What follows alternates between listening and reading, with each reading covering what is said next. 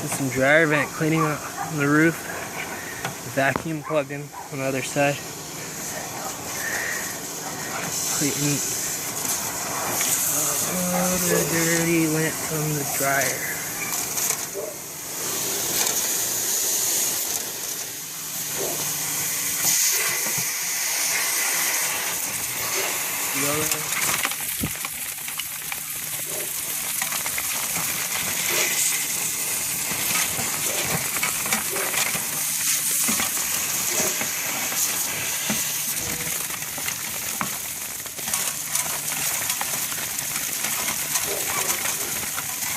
Low PSI, soft air duct width, so you don't tear up your ducting, which can be a cause for concern on some other companies.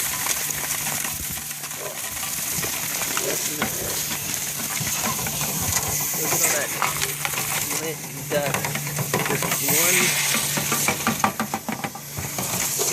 strike of a match and it'll light on fire. We're sucking it all up. Look at all that.